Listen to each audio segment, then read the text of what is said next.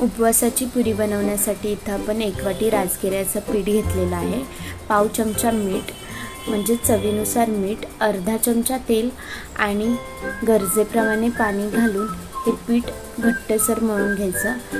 पीठ मळत असताना पाणी थोडं थोडं घालायचं, जसं लागेल तसं। जास्त पीठ पातळ करायचं नाही, नाहीतर पुरी लाटता येणार नाही।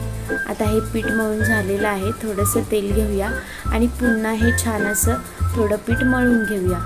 पीठ मळून झालेलं आहे। आता 5 मिनिट हे पीठ झाकून ठेवूया आणि पुरी लाटण्यासाठी सुक्कं पीठ घेऊन पिठाचा गोळा करून आपल्याला हवी तशी लहान मोठ्या आकाराची पुरी आपण लाटून घेऊया। एका कढईत तेल गरम करायला ठेवूया। तेल कडकडीत गरम करून लहान ते मोठ्या गॅसवर ही पुरी छान अशी खमंग तळून घेऊया। रेसिपी आवडली असेल तर प्लीज चॅनलला सबस्क्राईब करा। उपवासाची पुरी तयार झाली।